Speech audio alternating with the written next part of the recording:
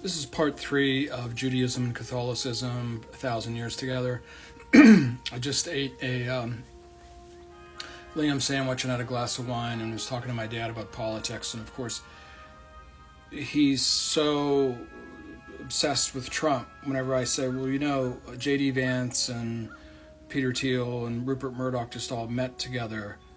Trump doesn't have anything to do with anything. And I can see that, like, he holds that in his mind for about 20 seconds, then he doesn't want to admit that that's how America works. And when I was a financial advisor, you know, you'd frequently work with people who were in their 60s, 70s, and 80s who have a lot of money. And what happens is, and I think America's suffering from this, is when you present something to people in their 70s and 80s that they're uncomfortable with, like the stock market collapsed or Tyco is a Ponzi scheme or something, instead of like accepting it and just moving on, they just want to become angry at somebody. I don't want that reality, so somebody's to blame that is the reality. And more than half of the people who follow me are 55 years and older. And so let's go into it like this. We're going to need to step up, like all this talk about, you know, make America great again, or progressivism, or whatever you want to do in America. It's not going to happen on TV. Everybody on TV is controlled.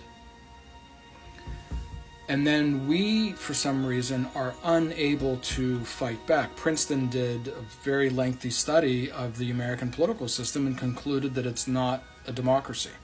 Princeton. Between 90 and 98%, AIPAC has an effective control over the U.S. Congress. We could call the Congress the Knesset.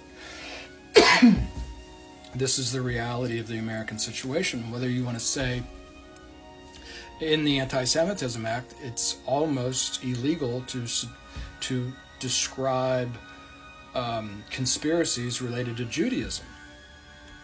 But here we are. The problem isn't that there's conspiracies related to Judaism. The problem is we are either afraid or unwilling to address conspiracies regardless of where they come from. We want to think it really is like Donald Trump versus Joe Biden, which is absurd. They're two 80-year-old assholes. But before we get into other things, I know you've all had this situation happen to you. What do you do with the leftover of a leg of lamb? So I grew up on a sheep farm. So what you do, you have that little butt of the leg of lamb in your refrigerator, right? You leave it cold and you slice it very thin. You put it on a good piece of what we call in Western PA hunky bread, you know, like French bread, Italian bread, like something with some good crust to it. And then like a piece of brie and roasted red pepper. Then put that under the broiler, under the toaster oven or air fryer or whatever you're in business. I don't think that's kosher, so you're going to have to remove the brie.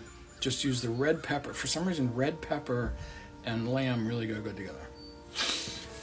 So I wanted to talk about two things that I think are absolutely... I want to move away from the conspiracy thing a little bit and talk about how America has become a series of overlapping cults. And I would even throw in there the cult of the rapture, like the real aggressive evangelical movement, which was predicted by this book in 1991. Harold Bloom is my professor at Yale. And this is really quite the statement, isn't it? The emergence of the post-Christian nation. 1991, you know, right? 35 years later, here we are. And if you look at America, both on the left and right, we are really just a nation of cults. The MAGA cult, which just blew itself up because of the Epstein thing. I would also throw in there the cults of the left. The sexual dysphoria cult, the cult of climate change. It's not that there's not a problem there. It's just nobody really ever talks about how we're going to deal with it. I mean, one way to deal with it is to turn the lights out and nobody gets to drive a car. But we have these, and these cults are on purpose so that we are unable to react to something that's sitting on top of us. And if you study like Germany in the 20s and 30s and Russia through their Bolshevik Revolution, this is what happens. They layer in something so aggressive,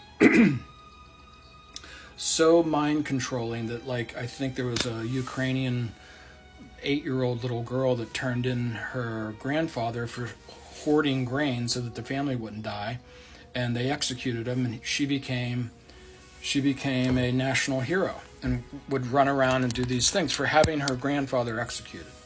So what these totalitarian systems try to do, and right now we're moving into a totalitarian system called the Technological Republic, executed by Rupert Murdoch, an avowed Zionist. I mean, he's pretty much the leading propagandist for the war on terror. Peter Thiel, of course, the founder of Palantir. So they are moving this totalitarian system through technology into America. It will be all permeating all of American tech. You can go look at Lex Wexner in North Columbus, Ohio. All the big tech companies are doing business with him there. Guess just he's really good at lobbying. It's amazing how he gets these contracts. That was a joke. So one of the ways I wanted to think about how Judaism and Catholicism are in many, many ways at odds with each other, right? And have been historically. Although, if the Catholic Church didn't want any Jews in Europe, there wouldn't be any Jews in Europe, right? It was that heavy-handed through the Middle Ages. I'm not trying to dismiss pogroms, and frequently there was violence in regards to the Crusades. Then we're going to talk about money here in a minute, but I want to talk about cults. Both Judaism and Catholicism are almost like a never-ending pushback on cults. Think of Moses coming down with the Ten Commandments and saying, you're all worshiping the golden calf again, right? My favorite Old Testament story is Judah, where the name Jew comes from, whose son passed away and his daughter became the prostitute at the local